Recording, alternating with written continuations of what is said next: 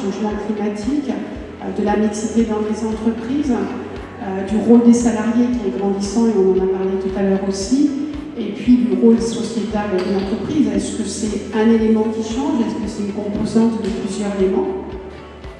Je pense que c'est tout à la fois. Et ce dernier élément de l'engagement sociétal de l'entreprise recoupe les autres. Et c'est parce que justement l'écosystème de l'organisation, l'écosystème de l'entreprise, l'écosystème des parties prenantes dans leur intégralité, je dirais, évolue, qu'il faut que l'entreprise les appréhende, les intègre et fasse évoluer sa stratégie en prenant en compte tous ces éléments-là. Donc c'est l'un plus l'autre plus le suivant et qui font que l'entreprise doit les prendre en considération.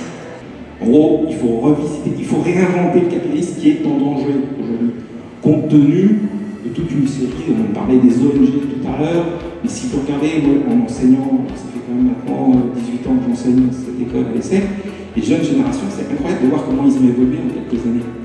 Et je vois les dernières années, pendant longtemps, ils discouraient du sujet, et là, je trouve que depuis 3-4 ans, on n'est plus dans le discours. Ils blacklistent certaines entreprises, ils agissent, et ils ont franchi la ligne d'action en fait. Et moi, ce que je dis aux dirigeants, c'est que vous allez avoir des problèmes avec ces nouvelles générations, parce qu'elles vont être hyper demandeuses d'un certain nombre de choses, et si vous n'êtes pas prêts à les nourrir de plus de sens, avec une boucle de plus d'exemplarité, de plus d'éthique, ça ne va pas le faire. Enfin, il va se passer des trucs. Hein. Et où les travaux du FIR ont une vraie valeur ajoutée. Mais comment cette valeur ajoutée pourrait-elle être augmentée? Et les recommandations qu'on souhaiterait faire, ou les suggestions, elles sont de 3 ordres. La première, en se mettant dans la posture d'une future administratrice, on s'est dit, nous, si nous étions administratrices, une question qu'on aimerait voir adressée, c'est comment cette charte de conduite est-elle implémentée opérationnellement?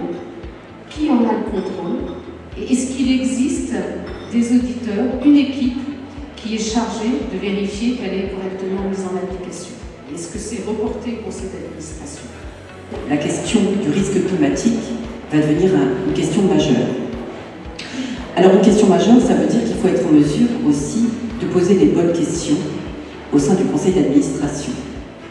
Ça veut dire, par exemple, quels seront les impacts du climat sur les actifs de l'entreprise? Y a-t-il un risque de réputation pour mon entreprise si ma trajectoire vers le zéro émission net ne convient pas?